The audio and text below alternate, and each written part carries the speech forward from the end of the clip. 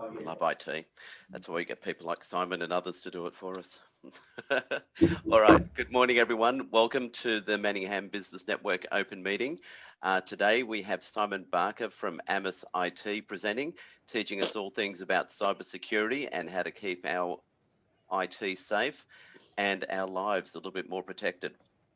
First off though, I would like to thank our sponsors and the members who, without all of your help, we wouldn't be here. We'd still be tucked in bed and just dreaming our lives away. So thank you, members and sponsors. We have gold and silver sponsors, and I'd like to acknowledge Manningham Business for their support, Bendigo Bank, Doncaster East and Templestowe Village, and Audicode Lab and Pinpoint Local. Also, we have bronze, these were our gold and silver. We also have bronze sponsors, Absolute Facts, Bank of Sydney, Bridges Manningham, Computer Age Systems, Costanzo Lawyers, Guttervac Manningham, Ivory Hearing, Expert Proposals, Cadota, the LDB Group, Maverick Mentoring, Officeworks, SafetyWise Solutions, A Hand to Help, Costumes Without Drama, Lynn Life, and Shill's Bookkeeping Service. These were our bronze sponsors and all our members who make up our collective here and who can't be with us today as well. So thank you. It's great to have you on board. Simon is the Director of Sales and Marketing with amisIT. I believe you were a member. You used to be a member of the MBN back in the day? I certainly visited a few times. One of my first networking meetings was with the Manningham Business Network. Oh, nice. All right, we'll have to amend that one then, won't we? He's also a member of the BNI network. Simon has done many and varied things in his career to bring him to this point of Sales and Marketing Director. I'll let him speak more about what he does and how that interacts with what we're doing. Simon, it's over to you. Thank you very much. All right, I'll just share my presentation here with everyone. Nice bright white way to get things going, and let's just make sure I can see all of you, eh? Beautiful. Okay, we are all set. Thank you very much for the invitation and for the opportunity to speak to you all today. I must admit, I always enjoy a chance to present, particularly on technology, which is my passion, but more importantly today on cybersecurity. Thanks for the great introduction, and this particular meeting that we're in at the moment is a testament to what I'm about to cover, which is that we are all very much operating in an online world, so security is important now more than ever.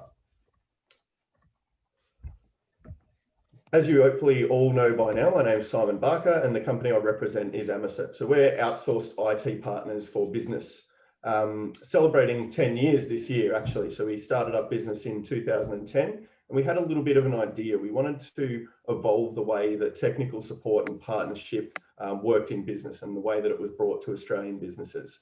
We saw a bit of a gap in the small to medium business market where they weren't really getting access to enterprise grade technology, security structures and programs unless they were paying the world for it, and that just wasn't sustainable. When we were dealing with internal IT resources, particularly throughout the late 90s, early 2000s, a lot of those resources were becoming quite over encumbered and worn out. Or on the other hand, they were becoming a little bit over entitled and unproductive as a result. This really strained the relationships within departments in organizations. Those businesses who were getting ad hoc support were generally seeing urgent requests being ignored or taking too long to be resolved. So we put these two issues together and we worked to become an outsourced IT partner for businesses and effectively to integrate as part of their team with a little bit more distance than internal resource, but a little bit more output and expertise as well. And this model has allowed us to bring our collective knowledge and experience with business technology to our clients and to our business partners that really need it. A little bit more about what we're going to do today. So we're going to run through a little bit of a brief agenda. I'm going to introduce myself, which I've already done. So there we go, one step ahead. We'll run through a few quick definitions of the topics we're covering today, which are all cybersecurity related. I've got four major sections we want to go through. So first being, if you connect it, it needs to be protected. The second one will be a brief of securing devices at home and at work. The third will be a brief on securing IoT or Internet of Things devices. More to come on that later. And then we'll have a quick look at what's happening in the future of connectivity. There'll be a few sections where we do a few questions and quizzes as we go. So I'll be looking for hands up and calls out for anyone who wants to have a stab. And we'll see how we go. And we'll open it up to some Q&A at the end. Only other thing about us before I get on to the meaty topics is we're a long-time Microsoft partner. We've migrated hundreds of clients to the Microsoft 365 Business Productivity Suite. And we also recently aligned with the Joint Cyber Security Centre, an Australian organisation dedicated to research and information sharing to assist protecting our nation cyber security wise. All right, we'll roll into our definitions and then we'll get into our first major topic. So what I'd like to kick off with is actually talking about what cybersecurity really is. So it brings me to where we kicked off. Now more than ever, we're operating online. We are more connected than we ever used to be. And it's at a stage when it comes to security that we can't play a blame game anymore. The tools are there for us to know how to keep things safe, at least to a certain extent. And these tools are our toolbox. So we need to know how to protect them. One thing my mother always said to me, and it's never a presentation unless I reference my mum. She's got a lot of witticisms and wisdom that she's put on over the years. And one thing she used to say was, when you point a finger, and everyone will do this, you've got 3 fingers pointing back at yourself. So effectively, for any problem you decide to try and put on someone else's back, you're usually about 3 times to blame. Now, I know there's exceptions to this. There's plenty of times when I've been right as well, but it couldn't really be more relevant to saying here. When it comes to cybersecurity, the buck stops with each of you. Now, at home and at work, if you think about it, the best cybersecurity strength or the best cybersecurity systems in the world, no matter what we put in place, are only ever as strong as the weakest link. And unfortunately, that's us, the user. Now, rest easy. This whole presentation is not about user bashing. I'm pointing out here that there is a need for organisations to create a cyber aware and secure culture within their businesses. So here's a couple of examples, right? At home, your partner, your kids, and in some cases, even the family dog knows that when you're home by yourself and no one else is around, take caution when opening the door to strangers. Do they also know that if they've received an email that looks like it's from someone legitimate, that they should check the source of that email? At work, your staff and your colleagues, they know when a fire alarm goes off, follow the building fire exit plan, assemble in the allocated area, follow fire warden instructions, and we all do that, yeah?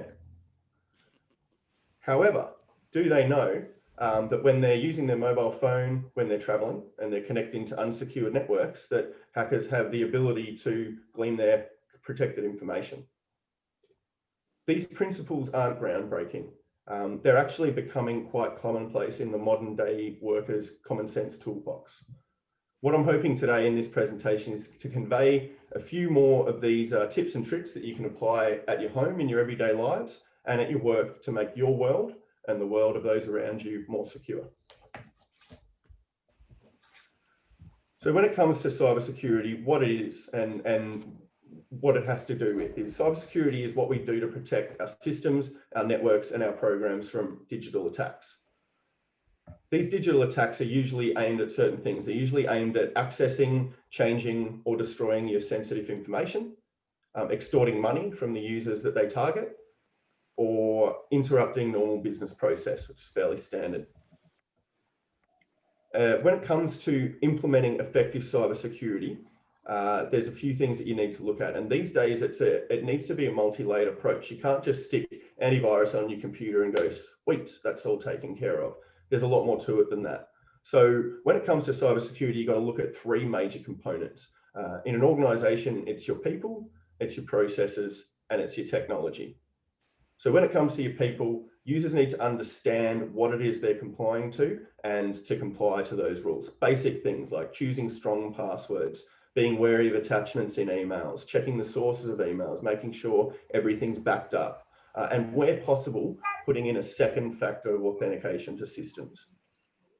When it comes to processes, organizations need to have these documented, and they need to actually run through a test of these scenarios.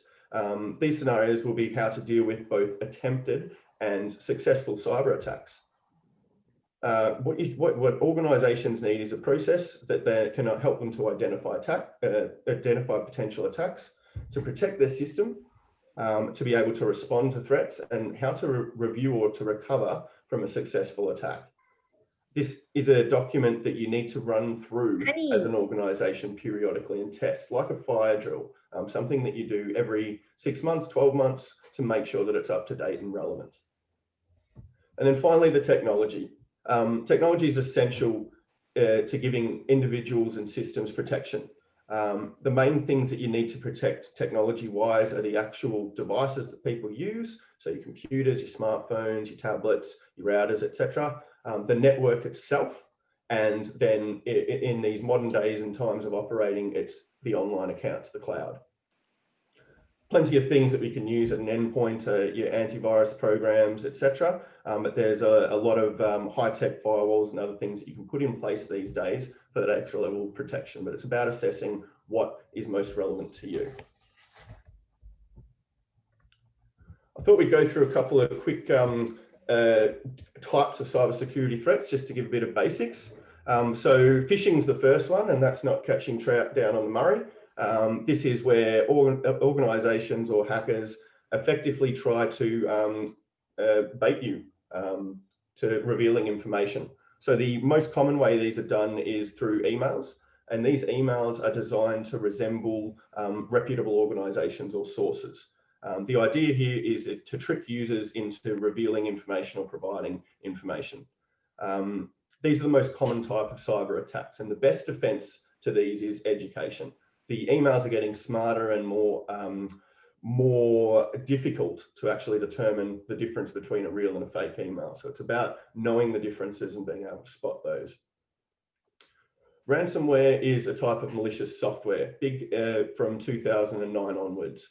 What it's designed to do is to extort money from its users by blocking their access to their major files or systems. In a home environment, it might be your major family photos you've kept on your computer that suddenly you can't access. That's of major concern to an individual. Where when it comes to business, it's your business files that are all of a sudden unable to be accessed and used. The best defense is a good offense. Being prepared for these scenarios, having a good backup system, having it all offline, and implementing some additional security as well. Malware is like the title that's put over the top of all malicious software. Malicious software is designed to gain unauthorized access, and it's designed to cause damage to your data or to your devices. And then finally, social engineering. Social engineering is something that's come out a lot more these days. Imagine a scenario where your information is all available online and where someone can effectively use your presence and your information to be able to talk to your users or to your staff and to extort what they need to. The way these sort of attacks work is that the hackers will effectively trick you into revealing sensitive information. That way they can solicit money or gain access to your confidential data. What you generally see is you see a mix between all of these different types of cyber threats. So social engineering might be used to gain an understanding of who you are, and then malware might be used, or a phishing attack might be used to deliver a payload to your email. Because you've been socially engineered, the particular email that comes through the phishing email is designed for you to effectively trick you or an individual at your organization into being more susceptible to downloading that malicious payload. So in the connected world we are in today, everyone benefits from cybersecurity and cyber defense programs. At an individual level, attack can result in anything from identity theft to extortion attempts to the loss of important data, again, like your family photos. Everyone relies on critical infrastructure like power plants, hospitals, financial services, and securing these organizations is essential to keeping our society running. So I was glad I was actually approached today to talk about cybersecurity because it's quite a timely and relevant topic, particularly at the moment. Not only because we're operating online now more than ever, but because we're currently in the midst of Cybersecurity Month. And a number of presentations and forums are currently taking place around the world. And that's why we've aligned our presentation today to these topics. And so far, the resounding message that I've been able to gather from cybersecurity is what I presented at the start, which is we all have to do our part. It's no longer the IT company that's fully responsible for it. It's no longer the government that's fully responsible for it. It's us as individuals that use these tools that need to take that responsibility. All right, I'm just going to roll through our first major topic, which is connect it, protect it, and then we'll run through a little bit of a quiz just to break things up a little bit, and of course, make sure you're all paying attention. Just kidding. All right, so what we were talking about with connecting, protected, as we've already covered off, during this particular pandemic, technology has been imperative to our ability to stay connected. Without it, these sort of operations, these sort of meetings wouldn't be happening. So it's been a matter of embrace or miss out. You might stay in touch with your family and friends over video, or you might use online tools to do your job. You might live in a smarter home with a couple of extra devices that connect to the internet and run your life. But what we've all found at the moment is that no matter what scenario we're in, we've been thrown into a world of merge. Whether or not we tried to keep our home and our work lives separate, our online and our offline lives separate, effectively now we've got a bunch of waves happening together, and home and work are mixed, and offline and online are mixed, and it's a bit all over the place. So the phrase, if you connect it, protect it, is a call to secure any object that you connect to the internet. And this applies to the Internet of Things devices. So these are the small smart devices that do connect to the internet and have and share data with each other. As an example, you might have a smart speaker at home, an Alexa, a Google Mini, whatever the other ones are, and it might be able to tell you how to make the perfect pancakes on a morning. You might also have a digital doorbell that you can look at from your smartphone and see who's at the front door. Or you might have home lights that activate on a set schedule so that when you're on vacation, they give the illusion of house occupancy. What we've got to do with all these devices, though, is make sure that they remain secure. So any device you do connect needs to be protected. The way to have a look at this is to have a look at it at two levels. Apart from the device itself, the first point of call is your router. So any network router is effectively the entry point that could allow cyber criminals into your network and to access then your devices. So whenever you are setting up a router at home or business, make sure you do it with security in mind. It's like putting a decent lock on your front door. The router still remains the primary point of entry to your networks. So when it comes to selecting a router, first of all, choose the one that's right for the purpose. Make sure it comes from a reputable company. If in need, make sure that it has a firewall installed, but keep an eye on the reviews. So if I were you, jump online, have a look at the reviews, talk to your IT consultants, IT partners, make sure you're putting the right one in place. If you get one that's got all the security monitoring and whiz-bang stuff in the world, it might run your internet as slow as a wet weekend.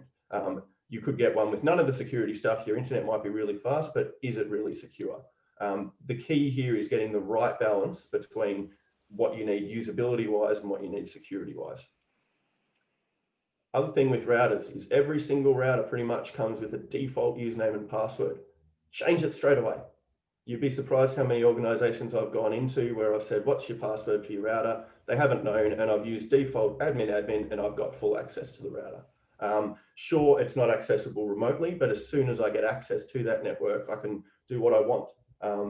And the dangerous thing there is that I could factory reset the whole network with access to that router. I'm sure I wouldn't be potentially attacking data, but that's your first point of call.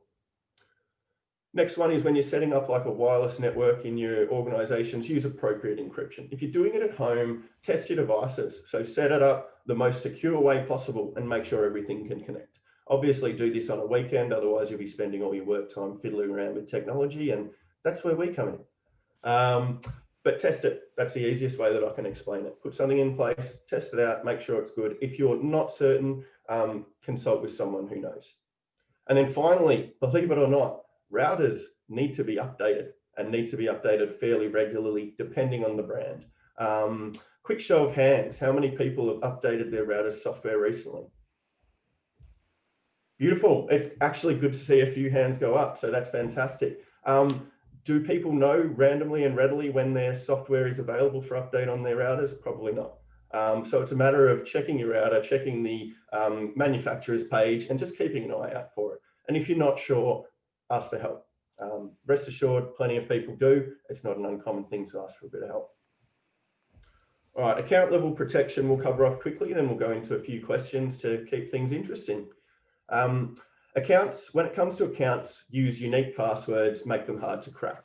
Passphrases on your Internet of Things devices or anything like that start to get overwhelming. How many people, I'm going to have a quick show of hands, how many people use or know that they have access to more than 10 accounts? Okay, keep your hands up if it's probably more than 20. Keep your hands up if it's probably more than 50. For me, it's probably like 200, 300. The problem is that it gets really hard to keep track of all of those different passwords. And the blanket rule is don't use the same password for everything.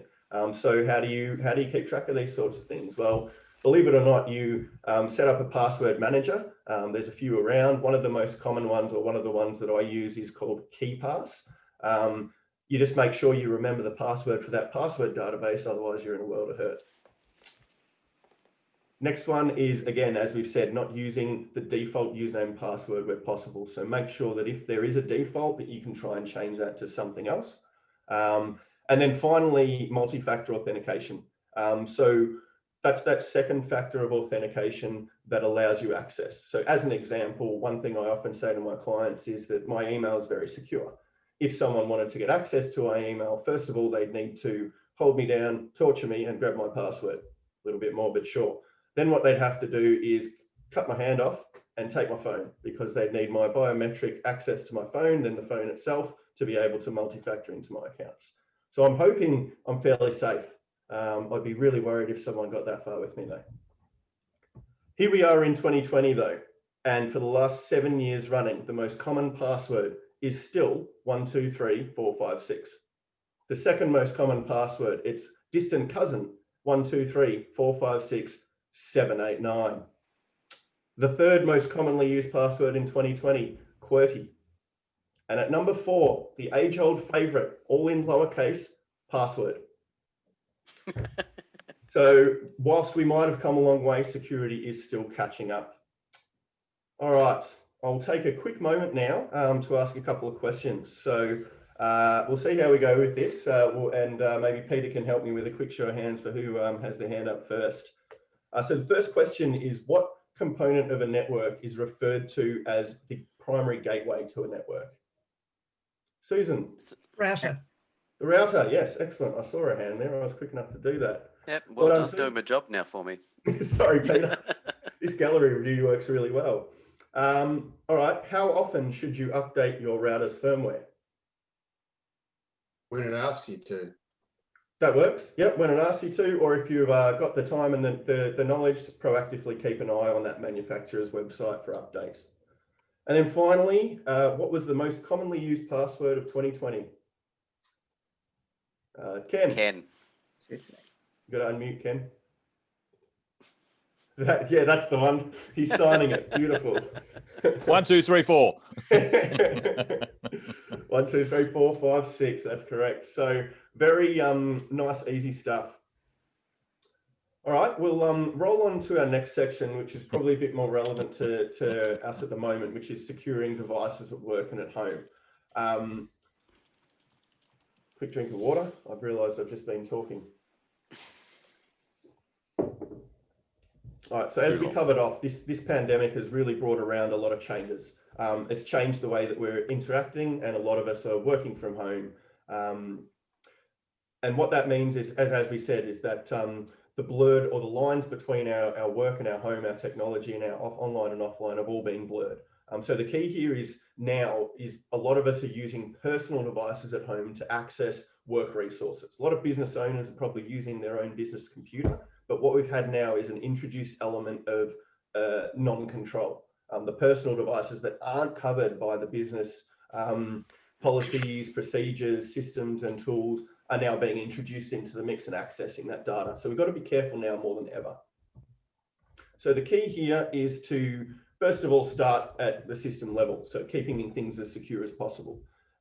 Best point here is to make sure that you secure your accounts and your devices first. So safeguarding devices, make sure you're installing security software from a reputable company. If you're not sure which ones are reputable, you could ask any IT field person in the world and you'll probably get a different answer from all of them. Why? Not necessarily because they're aligned with any particular brand, but more often than not, that in their experience, that is what they've seen and that is what they know works. As an example, the solution that we use internally is ESET. Why do we use that? Because it's got a very low system footprint. So that's ESET. When I was originally researching it, hadn't missed a virus in a long period of time. And we find that in production, it does have quite a low system footprint when it is running. That means it's not using heaps of resources. And we're not back in the 90s now when AVG kicks in and your computer pretty much grinds to a halt and you have to go and maybe get dinner while it does its antivirus scan.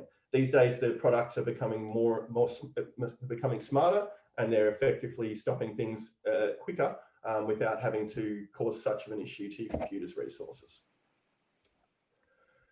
Security software can help, but there's other things to do as well. So as we sort of mentioned before, keeping an eye on communications, making sure they're coming from trusted senders, checking the source email address, and not clicking on links in emails or opening attachments necessarily. If you are conducting business from your personal devices, though, check in with your IT at the office and check in with your boss. They may have a good security standard product that they recommend for your organization and for your tools. Make sure that you're not going against their policy by just setting up something willy-nilly on your computer. When it comes to updates, make sure you perform regular updates on your apps and on your computer operating system. Again, with this, updates are there to usually patch security holes in your system. So they're not there just to be a pain, they're there actually to provide proactive security patching to your systems. Recommendation here is, again, to check with your boss, check with your organization, see what their policies are in relation to updates. Most IT companies that work with organizations will proactively apply these updates. Just make sure you're not one of those who goes, oh, updates are going to apply, cancel, and keep working. If the policy is there to apply them, make sure you put them on. And then multi-factor authentication. It's probably going to become a resounding topic, but where it is available, turn it on. Multi-factor authentication stops 90% of potential breaches to online accounts. So to me, it's a small inconvenience, sure, but once you get used to it, it becomes habit. It only takes if someone will correct me here, but I believe it's either 7 or 14 times to make a habit. No one's correcting me, cool, we'll go with that. We'll say that's a fact. Anywhere between those. But that's it. Once you get used to the way that the technology works, it's there. And then you've got this safeguard that protects you while you sleep. If I get Peter's password to his online account, without multi-factor authentication, I can log in right now. With multi-factor authentication, his phone will be going off at night going, hey, someone's trying to get in, do you want to let him in? And until he clicks approve, which hopefully he doesn't as he's tossing and turning in his sleep, I'm not getting in. And if he has the option to deny, he has that level of extra control. Next section is about really knowing your toolbox. So these days, it's important to protect both your personal data and your work data on both your personal and your work devices. These sorts of things can keep these from getting your information and other sensitive data. So as we know, we're probably all using video chat technology like we are now. Make sure that you get familiar with the security risks or problems with the particular tools that you use. Just a quick example here. So when this pandemic started, one of the first things that happened was Zoom bombing. Anyone hear about Zoom bombing? Show of hands. So what happened there was you were able to set up Zoom meetings with no password, which meant that any publicly accessible link or individual, should they be savvy enough, can click on the link and come and join your meeting. Sure, it was a bit of fun. It was organised with Hamish and Andy, where he would put up his hand and get people to send their Zoom links, and all of a sudden you'd have Hamish or Andy appear in your Zoom meeting and start talking and do something funny. But it wasn't so good when you're having a corporate meeting and some 17-year-old kid jumps on and starts hurling abuse at people. So Zoom reacted. Zoom immediately implemented a required password for all meetings. The next things come after that point. The funny thing about most things that are released these days is they get released because they want to get to market, and then security comes as an afterthought. So what we need to be doing is having a think about security as a first point of call. So understand what technology you got in place and the best ways to protect that. And if you need advice, speak to someone who's in the know. Follow your business's corporate security rules. So make sure you are clear on what the company's data security policies are and follow them whenever you're working from home. Now, the next one is generally organised by your business. So in a business sense, backups are generally handled by your IT provider. But at home, what are you doing and how are you doing it? Do you make a call to say, oh, I'm not sure, I might actually just back this business data up to my hard drive here because it's really important and I need to make sure it's safe. Are you being proactive by doing that, or are you breaching company policy? Excuse me, my screen's just dropped out on me. Of course. And there it comes. So that's the question. Are you doing the right thing by saving that extra information, or are you actually breaching the company policy by doing so? There we go, that's better. Cleaned you all up.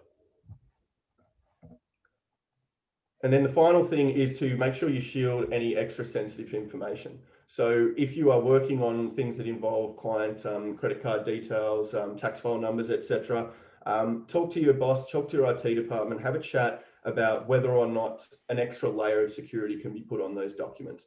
So it might be password protecting Excel documents here and there. Office has a lot of inbuilt security add-ons that you can add into those sorts of files, but again, it depends on the policy that your company has. So they may already have some safeguards and some good tools for this. Check in with them and apply the best mix of all. All right, and that brings us on to what we talked about earlier, which is pretty much the main source of attack, which is your phishings these days. So when a phishing scam happens, what happens is you get sucked into clicking on a link in an email, providing private or confidential information. Cyber criminals have stolen billions of dollars from businesses in the last 5 years. And these crooks will try, particularly at these points in time, to exploit the fact that you can't just run down the hall and speak to the IT guy or speak to your boss or get advice from your fellow colleagues on an issue. So they may try to take advantage of us while we're working from home, and help isn't just down the hall. So get wise to it. There are different types of phishing scams. Believe it or not, there are phishing scams that come over voice, recorded voicemails, messages, phone calls, etc.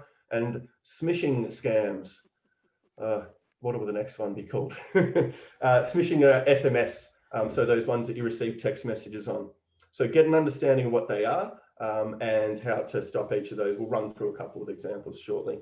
And really the main tactic towards stopping phishing, vishing, smishing, all those sorts of ishing style things is verification. Take that extra time to verify.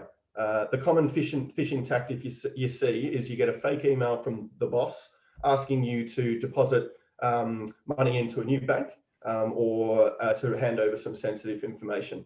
Double check any email, text message or message that asks you to take an unexpected action. So just a couple of examples we got on there.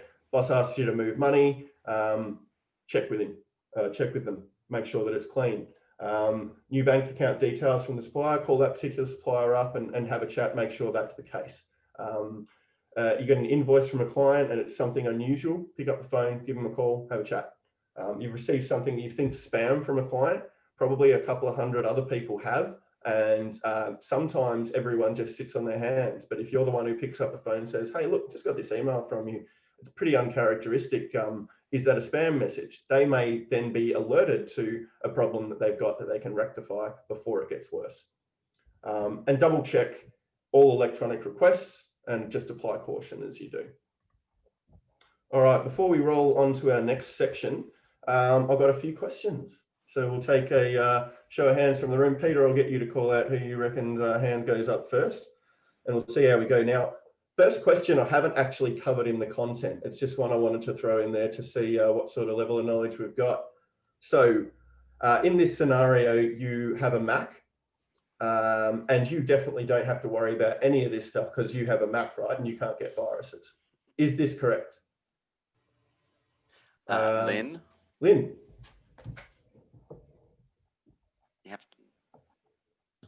I'd say it's not correct. That's correct.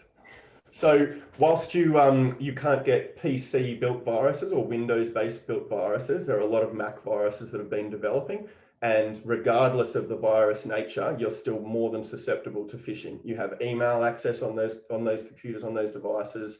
And funnily enough, these days, in my opinion, the operating system separation line between Mac and Windows is actually becoming more and more blurred. Yes, they are fundamentally different, but what you can do on each of them and the integratability of today's world means that you can pick either one and work on either one. All right, second question. Your computer's been bugging you for a few weeks about updates, but you're pretty apprehensive to apply them because the last time you applied them, there was a problem and you had to spend an hour reverting the updates and it cost you a lot of time. What do you do? Ken. Call your IT specialist. That is a good point. Call your IT specialist. If it's a business computer, certainly that should be something they're taking care of in the background. If it's your personal computer though, and you don't want to be interrupted, apply the updates after hours. Kick them off while you're watching a movie or something, not that any of us get time to do that, and leave them run. But the only thing I can say is don't just go to bed and leave it. The last thing you might find is you wake up in the morning, you've got some critical stuff to do, and then you've got this situation where the updates haven't worked properly. Check it the night before, make sure your tools are ready for work the next day. All right, in this scenario, you're working from home and you're not using video conferencing today. It's your day off, Zoom, Teams, Google Meet, you've decided, no, today I'm definitely not doing that. You look at your camera and you notice that the little light's on. What do you do? Oh, Daniel, have a go. You have to take yourself off mute first.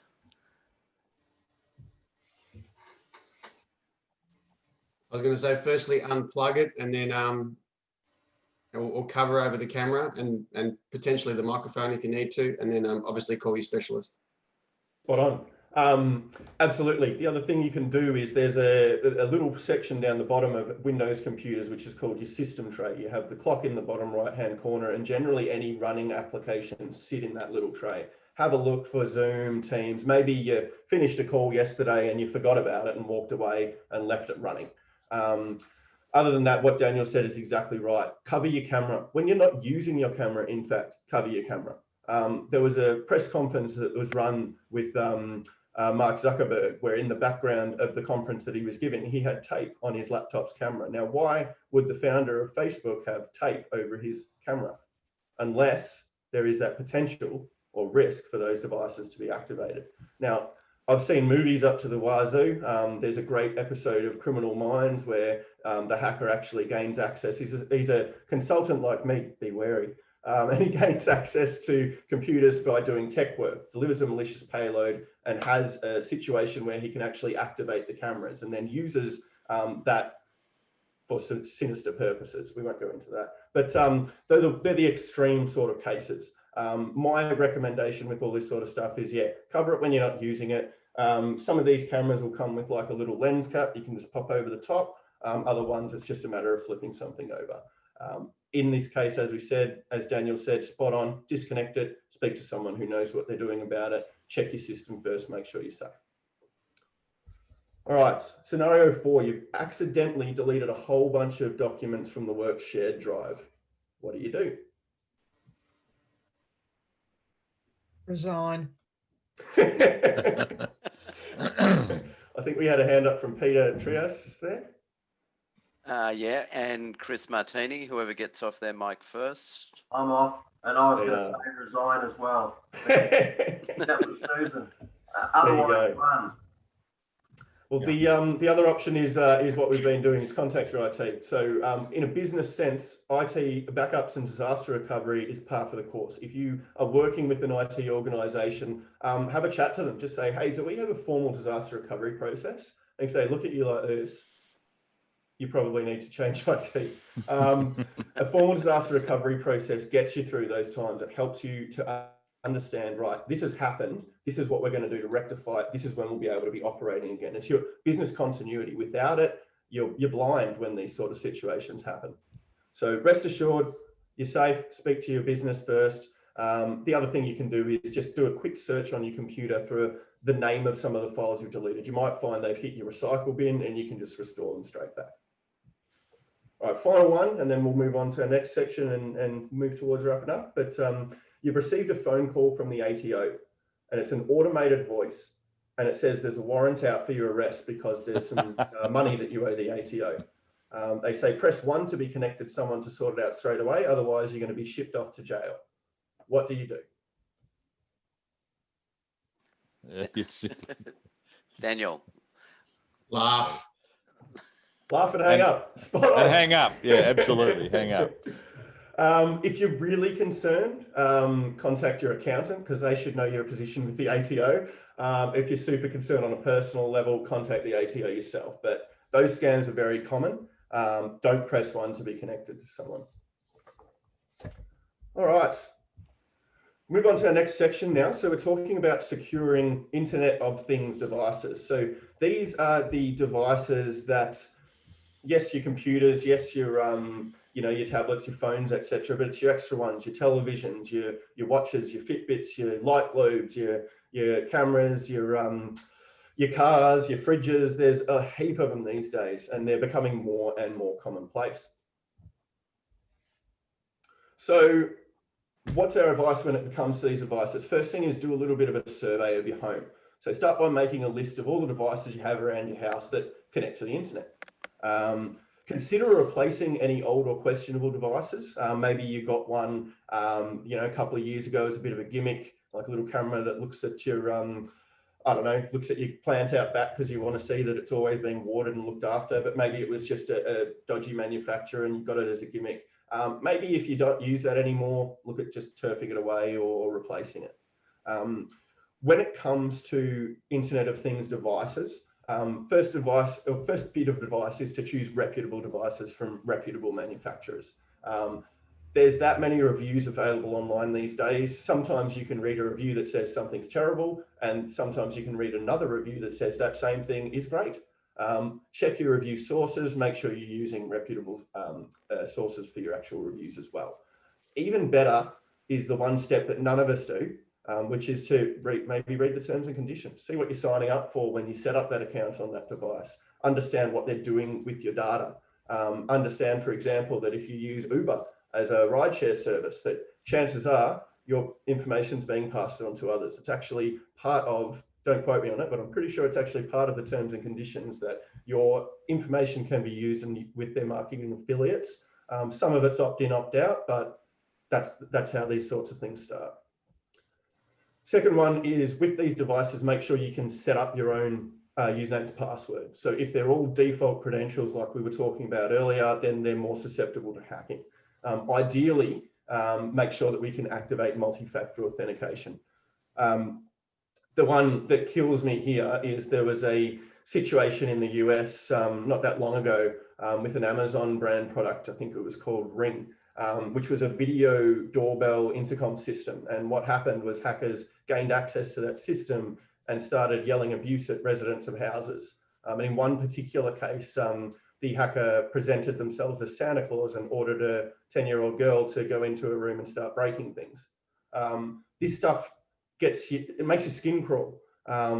So what it is making sure that you have that extra level of protection. So this particular company was then forced to make sure all of their devices had multi-factor authentication. Again, this is an example of products going to market because the demand's there, and then security coming as a reaction to events. It's best to be on the forefront rather than to be one of those statistics. I'm sure any of us imagining that happening at our place probably would be a little bit unnerved about it. Next thing with your Internet of Things devices is have a look at, and it's again in the terms and conditions, but have an understanding of what information is being recorded. So hands up anyone who has a smart speaker at home. I actually do. I mean, it's a little bit of a gimmick. Hands up if you've checked the recording history of your smart speaker at home. So did you know with all of these smart speakers, everything you say post that wake word until there's a pause is recorded, and that recorded information is submitted to the vendor for what is called machine learning. for artificial intelligence. So the more that we speak to these devices, that information is recorded and saved against your account. Keep a check on it.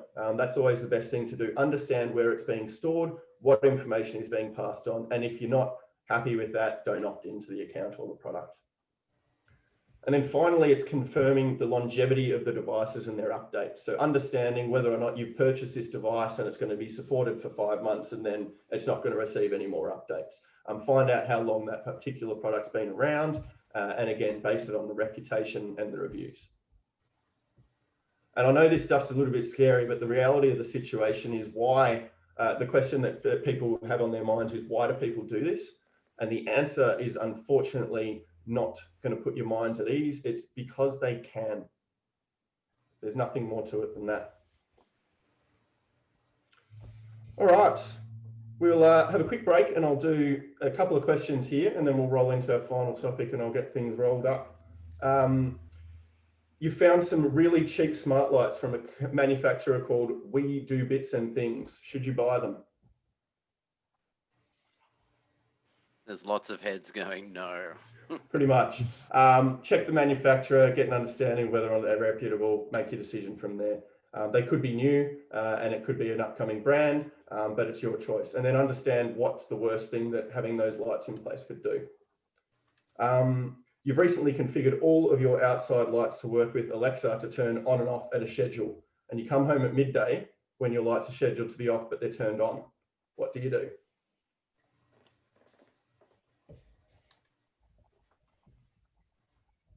Cool. I'll field that one. You basically check to make sure there's been no power outages in your area. And again, check the history, everything that you need. So make sure that everything's all sorted out from there. Now, I did have a little bit more content to cover, but I think I've actually run a fair bit over time. And I know that you guys are set to roll on to your next. So I'll take maybe 30 seconds to just rip through what's coming up next. And then I'll turn it over to you guys for some Q&A. What does the future hold for connected devices? A lot more. So basically more connections, more devices, artificial intelligence becoming more commonplace, those routers that are keys to the network becoming more secure and becoming more of a linchpin. 5G is coming, and that's going to mean more and more devices connected quickly. It's also going to present a number of security concerns. So policies will change. We're going to have smarter cars than we already have, smarter cities, more tracking, more surveillance, more everything. Denial of service attacks will become more commonplace using Internet of Things devices. So this is something that our resources we send post this will be pretty good. And then increased regulation resulting from privacy concerns will come as a result. The key learnings I just wanted to take you through were to be aware. So don't be scared of this stuff. Create a cyber aware culture at home and at work. That's your best defense. Second thing is protect by educating your people, understanding what you've got in place and testing, and where you're unsure, work with an organization you can trust. Think more widely about the connectivity of devices and how far they reach. And then finally, the one resounding message is don't be afraid, be aware, be connected, and be excited. It's a great world to be in, and technology is boundless. Other than that, look, I just wanted to thank you all for your time today and for your attention hearing me present. Sorry, I've run a little bit over time. I could talk about this stuff for another hour quite easily. And I've literally just looked down at the time there and seen it's 9. So thank you very much for your attention. I'll pass it over to you guys for any questions. Simon, thanks very much. It's been fantastic. There's a whole lot of new information that we've all got a hold of. So it's been fantastic. There's lots of questions and comments in the chat box. So make sure everybody has a read through that. Simon, also grab a hold of that. Now, given the time, if you have any questions, we're going to provide. Simon, do you have some contact details and how people can get in touch with you? Yep, sure. I'll just quickly pop those on the screen again for you there. If you can do that. We'll also send an email out to people with Simon's details. So then if you want to, you can get in touch with him and have a chat further. And so he's on all the socials, and obviously all the ways to connect to an IT person is there. But if you'd like to, Ken, yes. I just simply wanted to, I got Simon the gig this morning because Simon's been, I've known Simon since we started BNI together back about 8 or 9 years ago. The company amisIT has provided myself, our company, all of our companies, and 5 or 6 others that I do work for with their support. And I can't speak highly enough of Simon and the company that he provides the work from. It's absolutely excellent. So if you do have a problem with anything relating IT, amisIT's the people to see. Thank you. Thanks, Ken. Fantastic. Thanks, Ken. So we're going to wrap it up there. However, Simon, are you right to hang around for a couple of minutes beyond this? Sure, absolutely. Okay.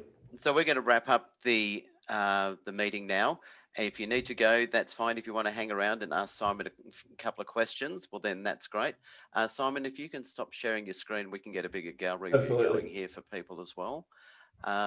Okay, so thank you everybody for coming along. Really appreciate you taking the time to learn more about security and how to keep your devices safe and live in a non-paranoid world, if that's possible. But feel free to take yourself off microphone, and thanks Simon for his work today.